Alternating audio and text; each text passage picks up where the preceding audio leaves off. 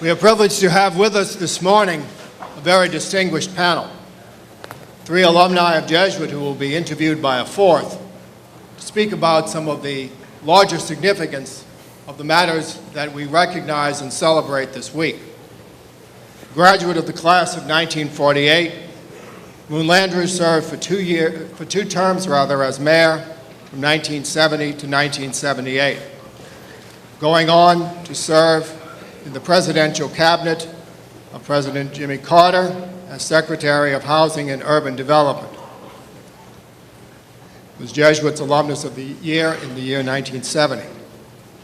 Graduate of the class of 1976, Marc Morial, the son of Dutch Morial, our city's first African-American mayor, also served 2 terms as mayor from 1994 to 2002, and is currently president of the National Urban League, a post he has held since 2003.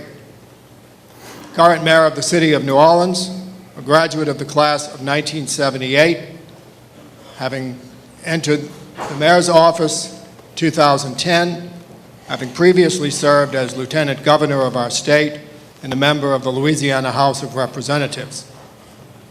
Again, it speaks volumes of the dedication of these men, not only to our larger urban community, but also to Jesuit High School, that they have taken time from their very busy and important schedules to be with us today, marking again the significance of this event. The interviews and the discussion will be moderated by a 1965 graduate of Jesuit High School, Mr. Bruce Nolan.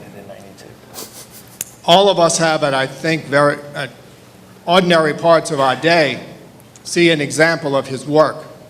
If you go on the first floor of the school in the Bank Street wing, at the corner where a number of elements of memorabilia of our Katrina experience, you'll see a framed page from the Times-Picayune with the horrific headline, "Catastrophic."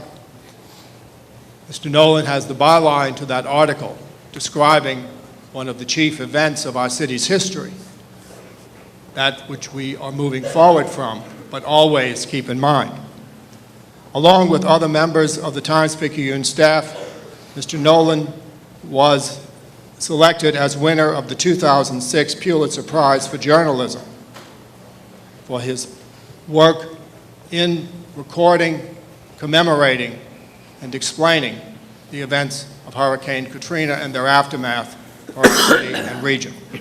We are honored to have all 4 of these gentlemen with us this morning, and I now am very pleased to turn the proceedings over to Mr. Nolan.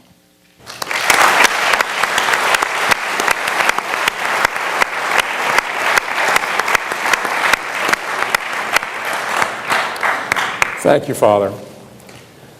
Before we begin, let me set a little specific context to set the stage for the events that we're about to describe.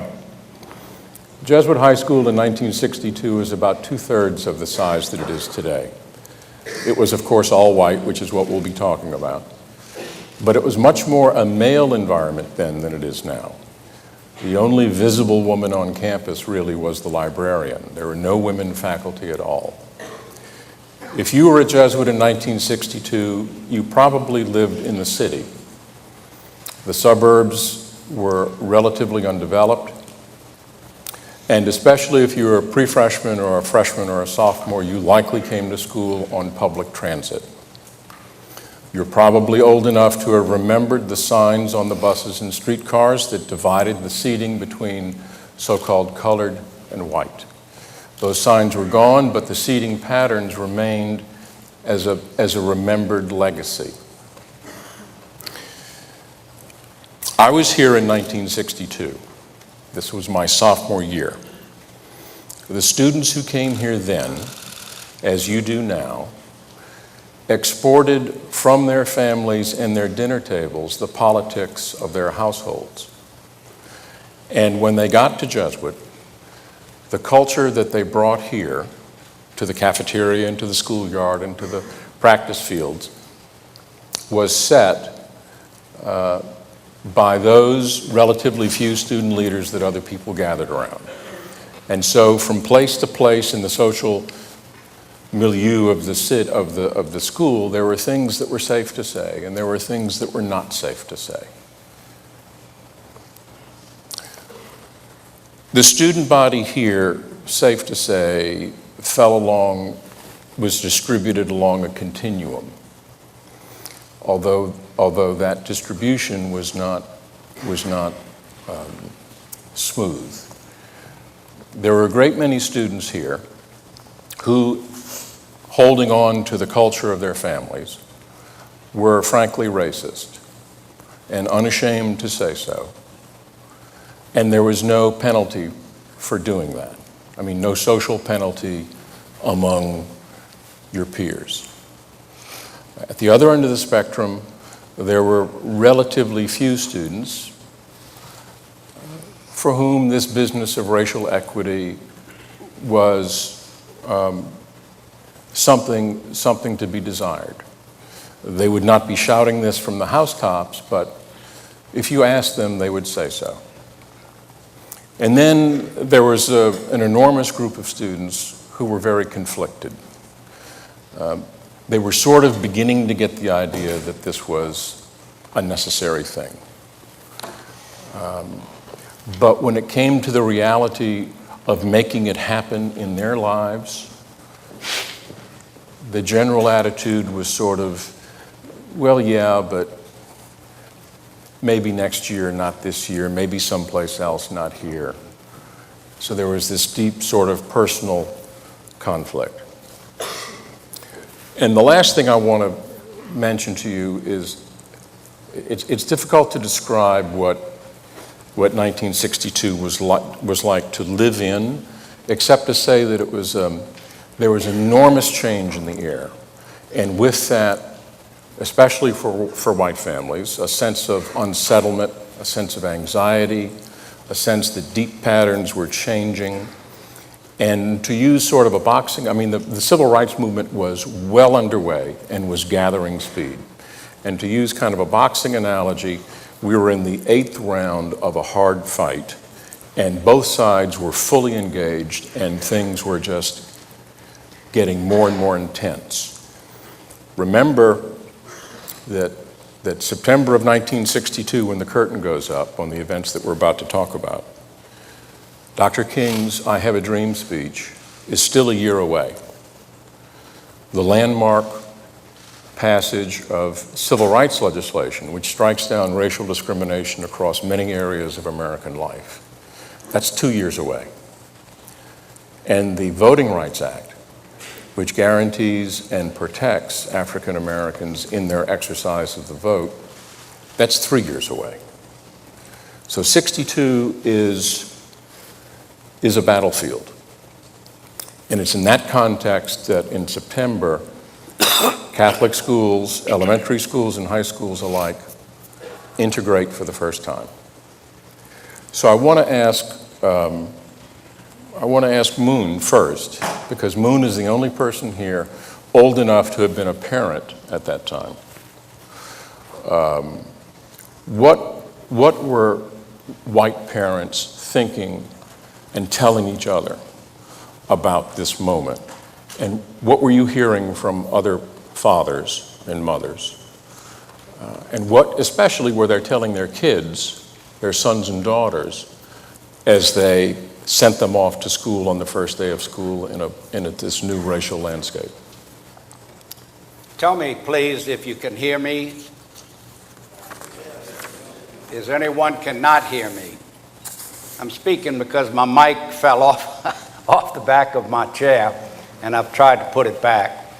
I wish I could tell you, Bruce, with uncertainty what people were thinking. There were obviously diverse opinions and diverse reactions, not just towards the Jesuit integration, because bear in mind, it wasn't just Jesuits, though I'm proud of what Jesuit did.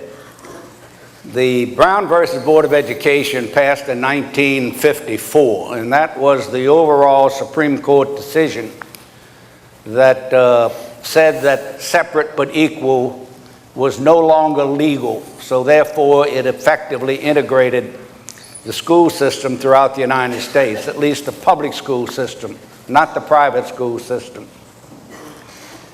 And when that passed, there was a great feeling of euphoria among many people and a great feeling of anger among many others. And I'm not so satisfied that that doesn't still exist out there, though certainly in far less anger than existed before. But make no mistake about it, some of it is still out there, and we see it expressed in various ways all the time. So the net result of my remarks to you is that you've got to look at this thing in a very, very broad context and in perspective. Not everybody agrees on what happened. Not everybody agrees on what solutions are yet to come. Many people think, well, that's a long time ago, and that was over with. As a matter of fact, when the decision was rendered, there were warlike headlines in the newspaper, and I can remember being in the lounge, in the foyer at least, of Loyola's Law School, and I walked up to Norman Francis, who was the first, in quote, at that time, colored guy to enter, and those were the terms used. I don't mean it disrespectfully, but we'd heard that two colored guys had come to school, and I had made a friend of Norman and made a friend of me. And I walked up to him and said, Norman, thank God it's over, thinking that because the Supreme Court had acted with this great monumental decision, that therefore segregation had ended. Now bear in mind, that was 1954.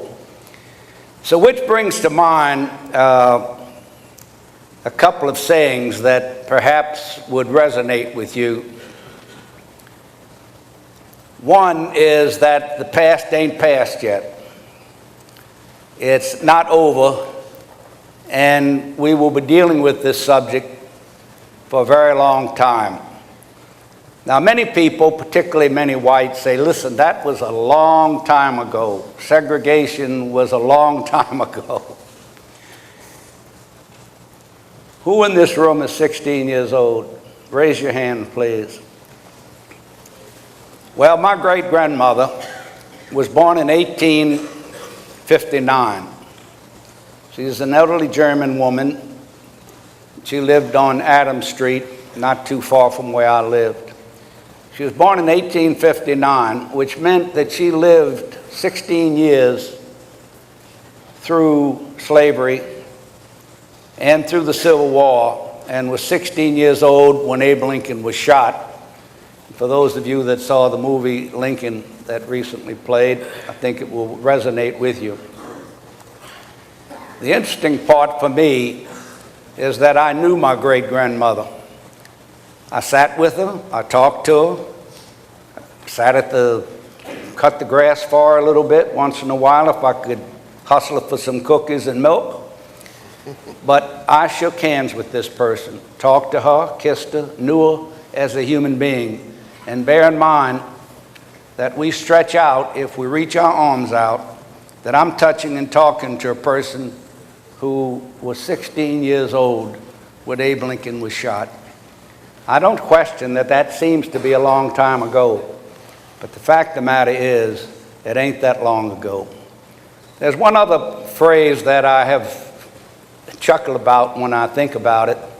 Bumped into a fellow who did some hunting, big game hunting in Africa, and when I was chatting with him, he said, Moon, he said, you know, there's a storyline in Africa that the story ain't over. The story of the lion hunt's not over until the lion gets to tell his side of the story. And what that means is we all have our own stories, and we can tell our own stories, and we try to figure out what is the truth and what is not the truth. There is a truth that I fundamentally believe in terms of integration and the racial issue, and that is there are two worst things that happened in this country and maybe in the history of the world was black slavery for the reasons why there was slavery, and the Jim Crow laws that engulfed this country for most of my lifetime. But after that, and looking forward today, the question is, what have we done about it? What can we do about it now? And what will we do about it in the future? And Jesuit is to be congratulated for, in 1962, making that step forward. So, Mark, I think Moon is right when he says that everyone has a story, and everyone's story in the collective constitute a history. Let me ask you, incidentally, there's something else that wasn't mentioned explicitly about Mark, but it needs to be said. When Mark enrolled here as a freshman, his father, Dutch Morial, was already a well-known public figure in New Orleans. He was at that time a judge, and he'd already been the first first elected black state representative in the state legislature. And the year after Mark left, Dutch Morial was elected the first black mayor of New Orleans, succeeding Moon. And Dutch Morial is remembered as a strong personality. And so I'm going to ask Mark about the decision. How did you wind up here? Here at Jesuit. Was it a democracy in the Morial household, or? No, it was a dictatorship of me. How did you wind up here? This is interesting, and first of all, I just want to thank Jesuit Father Fitzgerald Matt Grau for doing this and for inviting us all back. I'm deeply honored. I got here really through two competing forces. First of all, I had always attended integrated schools. I went to St. Gabriel the Archangel with Amy Ori. And her brother was a classmate of mine. And then I transferred to Christian Brothers School in 1968, and myself and another student were the first black students to attend Christian Brothers School. Christian Brothers was then, as it is now, a big Jesuit pipeline institution. And I was a student there, and many of my friends at Christian Brothers were going on to Jesuit, because the thinking was Jesuit was where the best students went, where the most academically promising students went. That was the culture of Christian Brothers in the 1970s. But on the other hand, I was a bit of a neighborhood rebel. I grew up in the Pontchartrain Park section of New Orleans. I was a very active participant in the Nord basketball and football programs. I played on their citywide all-star and basketball teams in 1971.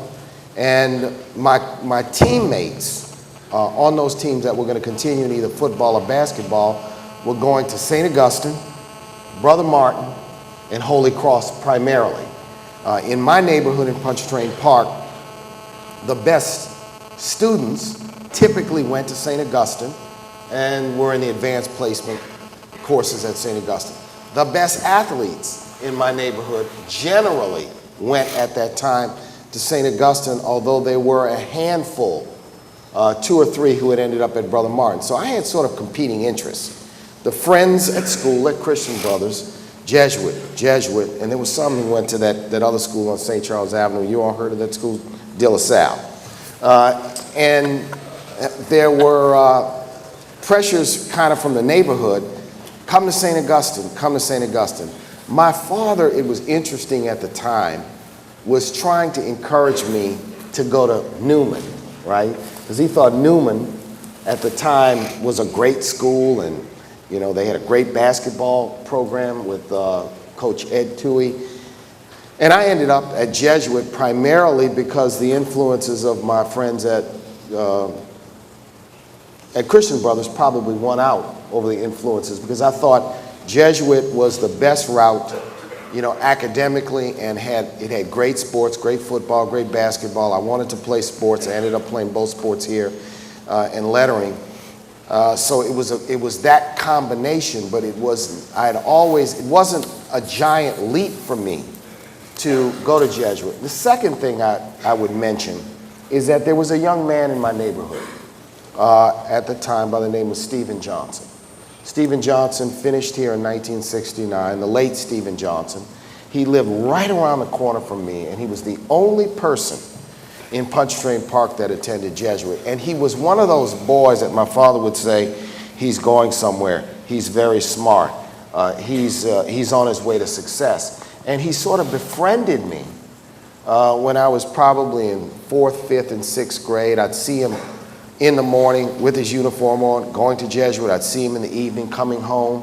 And those were sort of this disparate strands that brought me to Jesuit. My father never, it's interesting, never really exercised a lot of pressure or control over the decision making.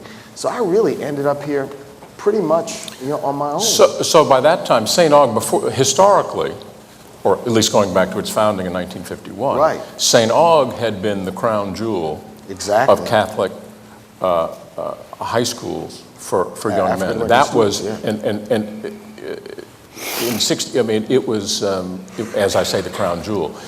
By 72, 10 years after integration, you're saying that St. Aug was simply another choice among many. It was another, for me, it was another choice among many, and it was a choice, I mean, I looked up to St. Augustine, I had friends at St. Augustine, I thought it was a great school, and maybe to me, I wanted to do something different because I was sort of probably what my mother and father preordained us to do is to get on a path to go to the best colleges and universities. Right. I ended up at Penn, so it was like go to a high school. So I went to Jesuit. I had 3 sisters who ended up at Ursuline, and all 3 went to Ursuline and finished Ursuline. So it was predisposition. My parents were also frontline civil rights participants, and they wanted us to go to integrated schools. It was very important to them that they were working hard to change the community, to change the city, to change the nation, and they wanted their children to take advantage of opportunities they didn't have. Right. That was very much in the DNA of how I was raised. So Mitch is going to leave to get on a plane for D.C. about 10 minutes before this program ends. So, Mayor, straighten them out. yeah, cut him some slack. I got to mention this too. This wasn't in the formal intro, but when Mitch was here, he was a member of the Phils. And during his time here, they put on a musical that was a big hit in the 70s, Jesus Christ Superstar. You see this coming? That's the closest I've gone. I'm gonna Wait a minute. Don't. Mitch Landrieu is the only man among us to have formally appeared on this stage as Jesus Christ.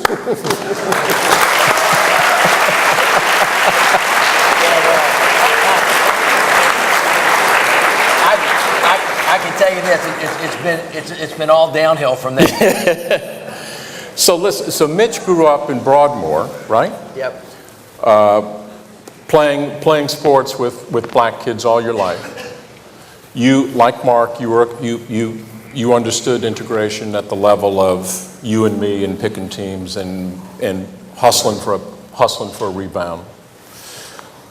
When you got to school in '72, a lot of the kids by that time were coming in from suburbs. Did you have the sense that the other white guys at Jesuit were still a little freaked out by going to school with African Americans, many of them for the first time? Yeah. You know, I'm sitting here, I'm listening to Mark, and I'm, of course, listening to my dad, not only today, but learning at his knee. Mark and I almost grew up identically. It's amazing when you think about the similarities between the pathways that we walked. Both of our fathers were mayors. Both of our fathers grew up in the neighborhoods in the city. Both of them almost simultaneously were fighting side by side about the need to integrate and to make sure that everything was all right for everybody. The difference is he was smarter than me. He went to Christian Brothers. I couldn't get in Christian Brothers. I went to a school called St. Matthias, which is closed now, but for those of you that hang around uptown, right where Napoleon and Broad and Fontainebleau meet, there's a church I think that's called the Blessed Trinity now, that used to be St. Matthias School. My father and mother had 9 children. I have 8 brothers and sisters. And all of us walked down the street and went to St. Matthias. That school began to get integrated sometime in the late 60s and in the early 70s. And when I went to that school, it was a neighborhood school. We used to walk down the street. It was slowly becoming a place where more African Americans in the community came, because we grew up in a mixed neighborhood. Now, I didn't realize until about a year ago that I actually grew up in a black neighborhood. Because I've always told people that we grew up in an integrated neighborhood. Half of the neighborhood was African American, half the neighborhood was white. We played in the street all the time. We were friends. We didn't know about all the stuff that was going on. And one of my white friends a little while ago said to me, "Why do you keep saying you grew up in a mixed neighborhood?" I said, "Well, kid, I did, because it was half black and it was half white." He goes, "No, from where we sit, that's a black neighborhood." Because the perception was, for people that lived in the suburbs, if there was 1 or 2 African Americans, 1 or 2, then that was a black neighborhood, not a mixed neighborhood, and it certainly wasn't a white neighborhood. I'm not trying to offend anybody in here, but I know Jesuit's integrated, but is Jesuit really mixed? If you look around this audience, Jesuit is a little bit wet, but not all the way wet. It's like saying because you have your toe in the water, your whole body's wet. That's something that's worth thinking about. And that gets me to the answer to your question. When I got here in 1973, I think Mark was a couple years older than me, 2 years older than me. So I graduated in 78, graduated in 76. But when I got here in 1973, he was the mayor already. I was 10 years old when he got elected. I was 13 when I started, when Mr. Frederick was the prefect of discipline. I saw him more times than I needed to. But at the time, it wasn't all hunky-dory. So my dad said that 1954 Brown versus Board of Education passed. He told his friend Norman, who was like my friend Mark, "I'm glad it's over." Norman said, "It's just getting started." So in 1973, when I was in 8th grade, one of the first things that happened to me, and it was because of him, it was his fault, Father Thompson came and got me out of class. I had somehow managed to make the 8th grade basketball team, which was a miracle. That's the only time I made a team at Jesuit. But Father came and got me, and he said, "I need to walk you over to basketball practice." And I said, "You need to walk me over," because you know when the thing comes over and the principal calls you to the office, you know you're in trouble, right? I knew something was wrong. So he called me and said, "I got to walk you over to basketball practice because your life has been threatened." I said, "My life has been threatened?" He said, "Yeah, there's a lady who hates your daddy because your daddy likes African Americans and she wants to kill you." And I said, "Really?" So I said, "Okay." So I got Father, he took me across the street. We went into the place where we changed, and I had all my partners around me who said, "Don't worry about it, we're going to protect you." Well, all of a sudden, somebody came running in, my best friend, and said, "This lady outside that says she wants to see you." Her name was Sylvia Pizzo. You remember her, Dad? Oh. Sylvia Pizzo had come here because she wanted to shoot me, supposedly, because of his position on whatever. And so I went out there, and she dug into her purse. All my friends who said they were going to protect me hit the bushes. And they left me standing there by myself. And she threw a card at me that had pejorative terms written on it. "Your dad's an N lover. Your dad's a this, your dad's a that." Now, that was one of my first introductions being a Jesuit, so I knew things weren't over. And then, by the way, in the next year and a half, I have to say, there was a lot of racial tension in this school. Everybody thinks Mark and I are just political friends, but I can remember the mayor getting in a fight in the cafeteria. Right? Yep. You remember you jumped on somebody's bag, if I'm remembering that right. Yeah. I don't remember exactly. But there were words, going back to the culture of the people, between some of the guys on the football team and another bunch of guys, and it was all centered around race. And there was actually a fight in this school. People ran around this school chasing each other, and eventually it had to get calmed down. It was a very tense time for a couple of years, and it was very uncomfortable for the African-American students that were here. Now, the school moved out of that time, and it has gotten better over time. But even when I was here, 1973 to 78, right? How many years past 1954 and how many years away from 1859 did we still have in this building, with the relationships of people that you know, aunts and uncles, brothers, sisters, mothers, fathers, all right? We had it when we were here. And it has gotten much better over time. But I think that, you know, my father sends a message out there loud and clear. It's not even close to being over. Now, it's not fair to say that we haven't made great progress. The President of the United States is African American. Today, Mayor Morial and Mayor Landrieu and I are going to go be part of a ceremony where we have the first African American Chief Justice of the Louisiana Supreme Court, and great progress has been made. But I think we would be kidding ourselves if anybody in here thought that we have made it to where we need to be in this country, in this city, and really even in this school. And I think we have to recommit ourselves, right, to the common purpose of making sure that everybody has a fair chance, everybody has a fair opportunity, everybody feels comfortable, so that we can achieve the things that have been set out before us. So Mark, let me ask you to elaborate on that, Yeah. and talk about just what was the social dynamic among black students and white students in the cafeteria, in the yard, in just the ordinary, organic way that guys hang together or don't hang together? I think the most important thing my perspective was there were people of different people of a different mind. So, there were those students who were dismissive, used pejorative terms, didn't seem to like the fact that there were African American students in the school. And then there were many, many others who may have been indifferent, and there were many, many others who were very easy, like Mitch and others, to make friends with. It wasn't a single thing. What triggered, and this is what triggered I think some of the tension that Mitch mentions, is that in 1974, the black students decided that we wanted to do a celebration for what was then Black History Month. And we approached Father Harry Thompson, and with the idea, thought it was a great idea. We worked with the librarian at the time to put on basically a display of 2 or 3 tables of books and things that she pulled out of the library on African American history. And there were some students that defaced the exhibit. They went and copied Ku Klux Klan literature and taped it on the exhibit and did some things. That created a little bit of a spark, I think. I think people may not remember that occurred, and it resulted in meetings that took place between the student leaders. So some of us had to deal with some anonymous students at the time who were slipping derogatory notes through the slots in our lockers, who were making calls to our house at night anonymously and hanging up the phone. So there was a period of time, and I think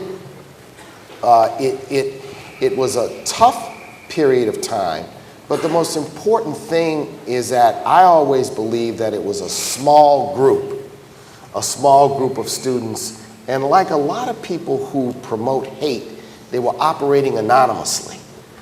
They would not come out into the open, and that's probably what created tension. And I think at the time, I think that the leadership of the school struggled with exactly how to confront it, how to deal with it, because it was something that was somewhat new at the time.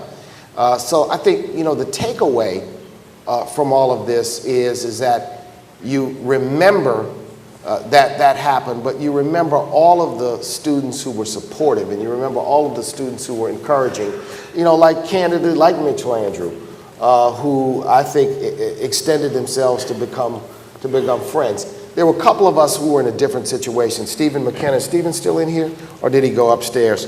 We were also athletes. So when I played football at Jesuit joined the team in 1973, there had only been 2 African Americans who had played football at Jesuit. And I had never played, because I had played in the North program, I'd either played on an all-black team or I played on an integrated team, right? I'd never been on a team when I was the only African American. So I played football here. And the first year there were 2 African Americans. The second year I was by myself. The third year there were 3. I played basketball 3 years here, and I was the only African American on the team the entire time. So it's a little sense of sometimes loneliness, because when you're also in an adolescent stage, the other thing that comes into play is socializing, girls partying. Y'all know about that? And because the structure of the city was that the social structure was still segregated, there was really no place, unless you want to go to a student's home, where black and white boys could go to socialize together, away from Jesuit High School. And in those days, the school, other than the proms, right, there were proms that took place, there wasn't a lot of organized social activities that emanated from the high school. So, you know, in the adolescent period of time, you know, we sort of struggled, and Mitch did, look, yeah, I did get in one or two little fisticuffs when I was here. I'm not gonna lie, but it's because somebody called me a bad name, and the rules of the engagement were, when someone called you a derogatory name, you know, don't say a Hail Mary, you know, throw a haymaker. So you were also in an organization called Students Organization for Black Achievement, SOBA. Yeah, we created. So where'd that come from? You know, it's Father Harry Thompson. When we approached Father Harry Thompson about the Black History Month activities, what the other conversation was, and this was, I think, a very important time, was that there were only 14 African American students in Jesuit in 1973, out of a student body of maybe about 1,000. And we, you know, the students at the time, several of us started talking to Father Thompson, said, we need to work with you to increase the number of African American students here at Jesuit High School. So Father Thompson and the leadership of the school at that time decided to do some outreach. And they utilized us in that outreach. And that was really how the student organization. So we went to St. Peter Claver Elementary School. We went to Corpus Christi Elementary School. They had us go in our uniforms to talk to 7th and 8th graders at those schools to try to encourage them. Father Thompson actually hired the first 3 African American faculty members in 1975. You had a Jesuit scholastic by the name of Douglas Hippolyte. You had a math teacher by the name of Joseph Miller, who had been a teacher at St. Augustine. And then you had a assistant basketball coach by the name of Bernard Griffith, who ended up being an award-winning head basketball coach at St. Augustine. So Father Thompson made some very concerted moves. So by the time I left Jesuit, I think there were about 40 to 45 African-American students. There were 3 faculty members here at Jesuit, and the Student Organization for Black Achievement, which grew out of a little bit of the Black History Month celebration, but also around the activities to assist the school in recruiting some additional African American students is why that, and you know, I think at the time, you know, while we were excited to have an organization and it was really modeled off of what was going on at colleges and universities at that time to create African American History Club or an African American student organization. Some people may have been, you know, uncomfortable with it, but I thought it made a positive contribution to the advance of integration because in those first 10 years, you had a limited number of students. And I think, you know, most of the thinking is that you've got to get to a larger critical mass so that, you know, the student body moves in a direction to diversity. So now, as I understand from reading the President's report, there's 75 African American students, there's 75 Latino students, there's 75 Asian students. And so when you bring that together, Jesuit has made, you know, remarkable progress and a lot more to do, much more to go, much farther to go. I want to swing it back to 1962 for a second and throw a question to Moon. To sort of describe the sense of white resistance to this movement at this time. Moon, do you remember what segregation academies were? Say it again. Segregation academies, schools, private schools that were formed overnight. Well, what happened for the purpose of you explain it. What happened was the Governor Jimmy Davis called the legislature into session to thwart the integration of the public school system. Now, bear in mind, you've got a public system and you've got a private system. Some of those are church-oriented, but the Catholic system, of course, is entirely separate again. The law did not affect them. When the Brown versus Board of Education decision, which was rendered in 1954, finally ran its course through the local courts, and the local federal court here declared that Louisiana must integrate, or at least New Orleans, must integrate its school system, which meant If New Orleans did it, the rest of the state was going to have to do it. The governor had called a special session to thwart the integration. Now, powerless in the face of overwhelming federal law, but nonetheless passed laws that said we were going to withdraw from the Union. We would put anybody in jail who taught a black and white student together. A whole multitude of crazy proposals that passed but went nowhere because they were struck down as fast as they were passed. So that happened in 1970. Now the question, 1960. So now the question was, how were schools going to integrate? And the federal system, the federal court, the plaintiffs, the defendants in the court came up with a conclusion that the best way to do it was to integrate piecemeal at schools that were identified more with the neighborhood that were black and white and poor and of the same economic status. So France School and McDonough, which were down by St. Claude Avenue, close to St. Bernard, were selected. There are a lot of controversy over the selection process. And that is, of course, where Ruby Bridges, and she is not the only one, there were other black children who were escorted into class. But Ruby Bridges is the famous one because her portrait is worldwide known, being escorted to school, not a portrait, but a picture. Yes, an artwork that's showing her going to school under the tutelage of marshals.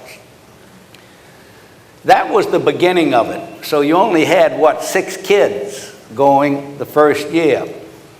Now the next year was a more fully integrated system, and the entire community, African American and white, began to go into the same public schools. This was 1961. Now let me give you an example of what was happening. And I know we're going to have to cut this off, but the parents at Wilson School, which is only 3 blocks from our house, and we had to walk past Wilson to go to the Catholic school, but then we, being a Catholic family, were sending our kids to parochial school rather than the public school, which was really 2 blocks closer. Wilson was a good school. When this court decision was pending, the Parents Club met. Now this is a basically Catholic Jewish neighborhood, upper middle class, but by today's standard, not so much. And the Parents Club voted to accept the black children, the African American children. But it wasn't up to the parents, and it wasn't up to the Parents Club. So when they enforced the integration order, it went to France and McDonough with the first children. The following year, Wilson School integrated at the lower grades. Within 20 years, Wilson turned from an all-white school to an all-African-American school.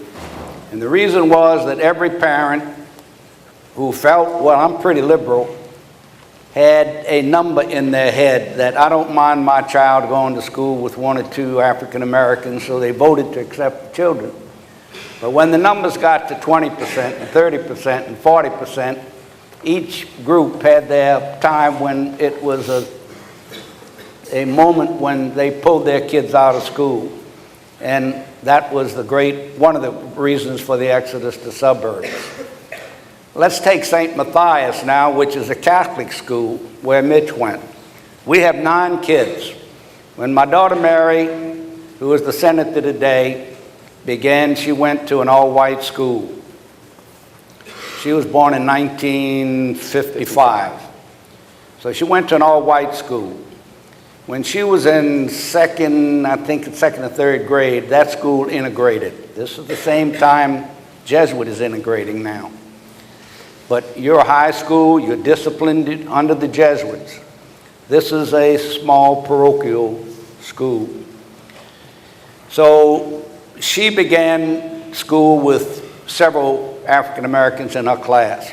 By the time the youngest boy and the youngest child in school, who is Maurice and is today a lawyer, By the time he graduated, he was one of 2 whites in a class of 22.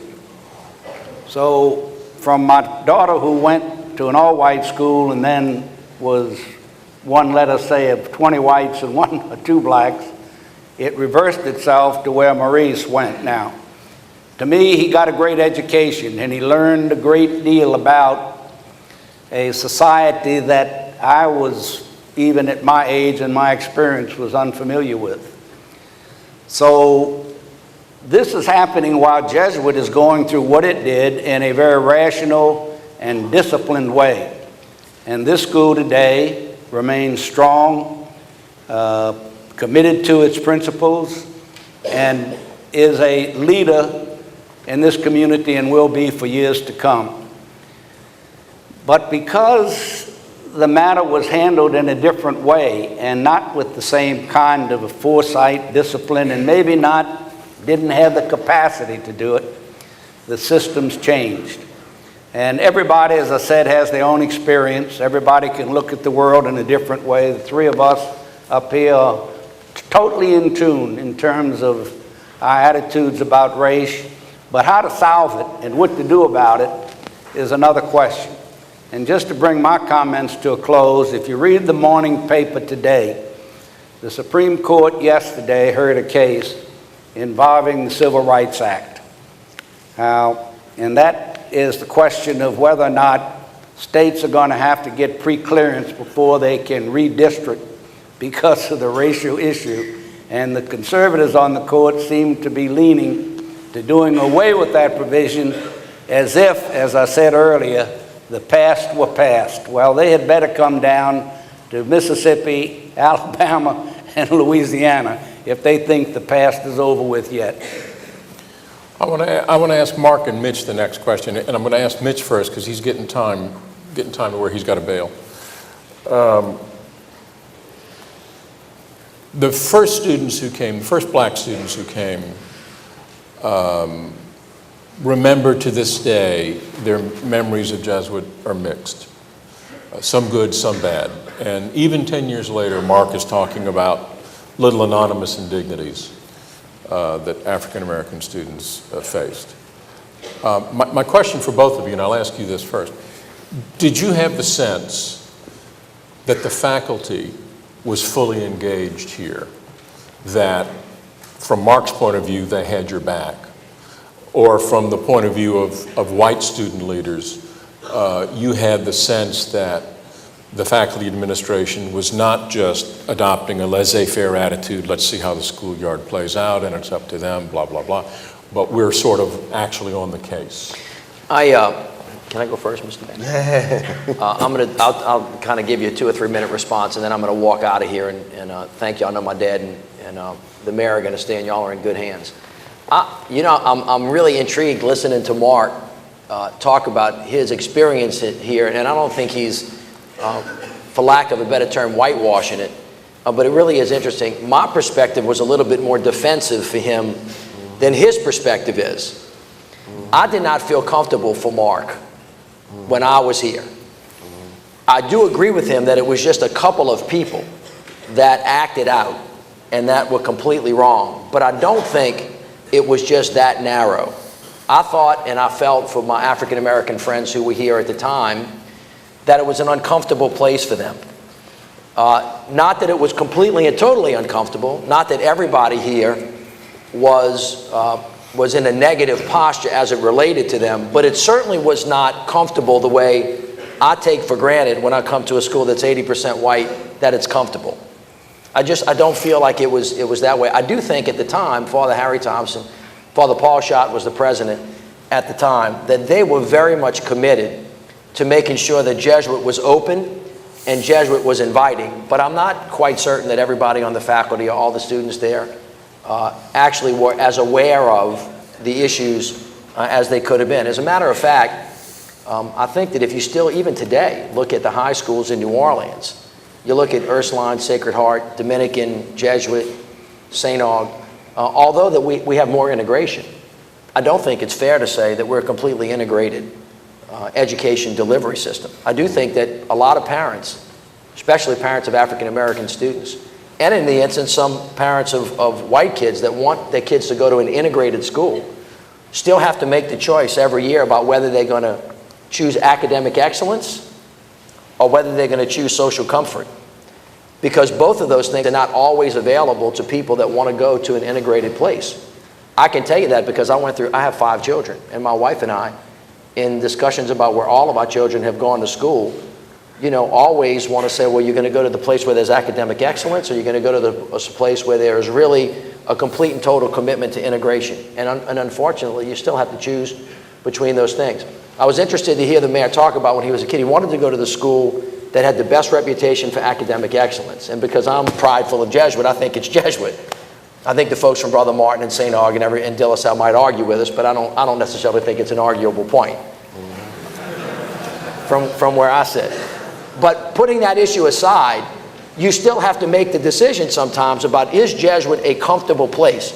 Not is it welcoming, not does it tolerate it, but is it comfortable, like for those of you, you know, most of you that adhere, is it? And I just, it's my opinion, and Mark and my dad may not share it, I'll let them talk about it after I go, but that we're not where we need to be.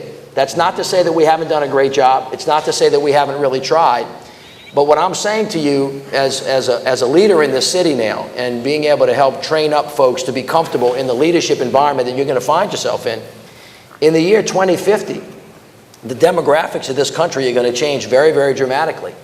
And many of you that are in this room, when you go into the workforce is not going to reflect the racial makeup of this room. It's going to be much more African American. It's going to be much more Hispanic.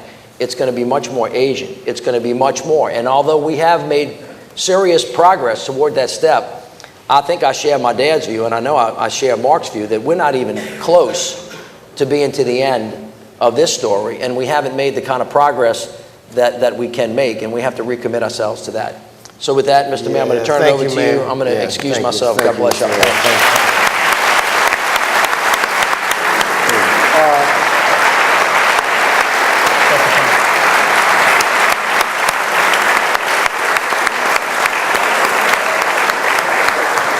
Bruce, you know, on your question, so, you know, there were people on the faculty like Harry Thompson, who I thought were supportive. There are folks I remember like Father Wayne Roca, Phil Babineau, my Spanish teacher at the time, one of the first women on the faculty, Carol Santaniello, Larry Quintana. I remember certain faculty members who were very engaging, who checked in, who exhibited a degree of concern. Then there were some very stern members of the staff and the faculty who I thought were equal opportunity stern. Paul Frederick. Father Edward DeRusi, who taught me English. Man, they were tough, but I thought they were fair. You know, they were balanced. They were tough with everybody. They were very, very rigid. Now, when you come to a school like Jesuit, you know, you're not coming to a social party. You're coming to a school that's committed to academic excellence. Man, you got to wear a uniform. You have to wear a name tag. You have to be on time. You have to there's zero tolerance for mediocrity. And it's important not to confuse zero tolerance for mediocrity and the pursuit of academic excellence for a lack of tolerance. So I agree absolutely, and because of the fact that I went to integrated schools and I came here, I did not come expecting Jesuit to be a cakewalk or a party or a place where everyone was going to be in love with me. I expected maybe a little bit that there would be those that were supportive and those that were not supportive. Probably didn't expect to be called names, didn't expect that people would, put derogatory notes in your locker, because after all, I had been at Christian Brothers School, where there were only 2 black students in a school of 300, and it was for the most part incident-free. The brothers there were non-tolerant. They were very strict, a lot like the Jesuits. So I had that experience in my head, and that experience, which was an experience that was, for the most part, 4 years incident-free. I realized looking back that boys between 5th and 8th grade are very different than boys between 8th grade and 12th grade. Right. That adolescence creates some different impulses and different instincts. Jesuit is not where it ought to be. And I'll say this to all of you, a little bit of what Mitch said. You, because you attended Jesuit High School, you are going to be a leader in some environment, in an institutional space in American life. You have to be self-aware, educate yourself that that world will be different. It will be different not only from a racial makeup, it's going to be different from a gender makeup. The workplaces of today, the institutions of today. And you've got to be prepared for that so that the first time you encounter it, it's not a culture shock. It's like, what is this world that I'm operating in now? I've walked into a place and my supervisor happens to be a woman and may also happen to be an African American or a Latino, and that's my boss. And they're going to evaluate me. And they're going to have my destiny in their hands. It's not that I'm in charge of them, they may be in charge of me. You're going to encounter that in many, many ways as you leave Jesuit High School. But my takeaway after being away 30 years, Jesuit High School prepared me for life, prepared me for the Ivy League, where I got my undergraduate, top 10 law school. I was never, after I left Jesuit, intimidated by any class, any assignment, or any challenge. And that is the good side of it. Were there difficult times, were there tough times? Yes. But it prepares you in ways you may not realize when you're dealing with it. And that, of course, is the important takeaway. My encouragement to Father Fitzgerald, my classmate from 1976, and everyone, is to continue to pursue. I think that because of what I got from Jesuit, I'd like to see more African American boys get the opportunity that I got, because it'll pave the way for their futures. So Moon, this is the last question. We have about 2 minutes left. Mitch took time out. Mitch is running straight to the airport to make this event. Marc has flown down from New York to make this event, to go with also to attend the swearing in of the new Chief Justice of the State Supreme Court. My point is that these two guys have invested a lot in being here to tell you guys something. And I want to ask Moon, finally, to pitch in on that topic. Moon, these guys are 13, 14, 15, 16, 17, 18 years old. They've been spending a week learning about a difficult time in the history of this institution that continues forward to some extent to this day. And so far as we know, there are no other institutions, no other Catholic institutions in the city who are doing this quite this way. So what is it that you want these guys to know about what happened in 1962 and that is continuing to go on today? What's the takeaway that they should put in their wallets? Well, first of all, I would want you to search for the truth. As I said earlier, everybody has seen and sees life from a different perspective. Give yourself time. There are things that you know now for sure that are not going to be so when you're 25. And when you're 25, you know things absolutely for certain that are not going to be so when you look back at age 50 or age 70. I'm 82 now. I'm a little long in the tooth. And I'm able now to look at how my attitudes have changed and how my view of who I was and who I am and who everybody else is has changed. So give yourself time, recognize that truth is out there somewhere, and keep searching for it. And it doesn't do us any good to sit here in total praise of one another when in fact all of us have our faults, and we can look back at them in all honesty and recognize that we weren't perfect. I say that because although I admire enormously the Jesuits and am so indebted to them for what this school and what they did for me in college, that community was very divided as to whether or not to integrate the university.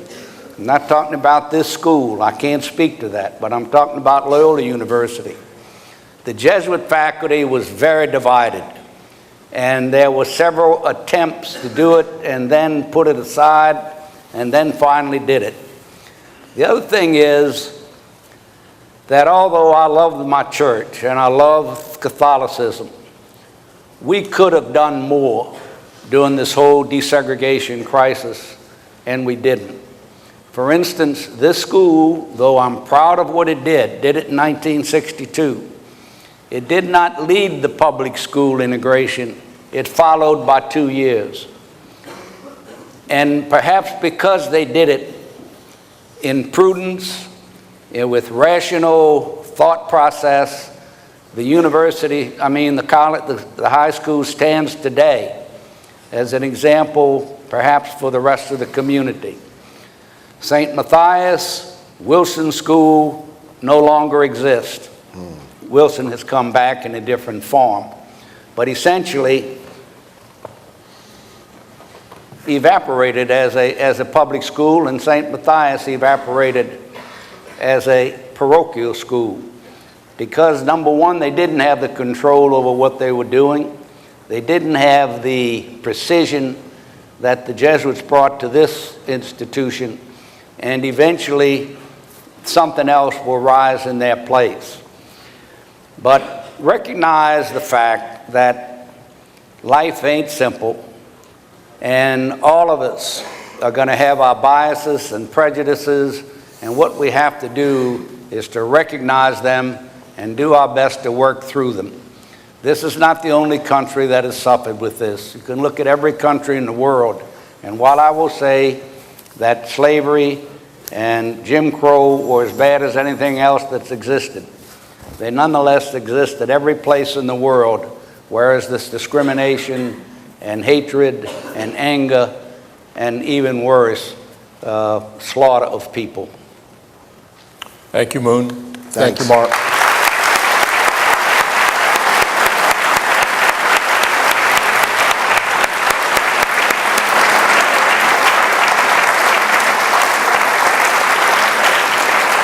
Bruce, thank you very much for being here and for moderating our discussion. Mr. Morial, Mr. Landrieu, very much appreciated, Thanks. and certainly to Mitch in absentia.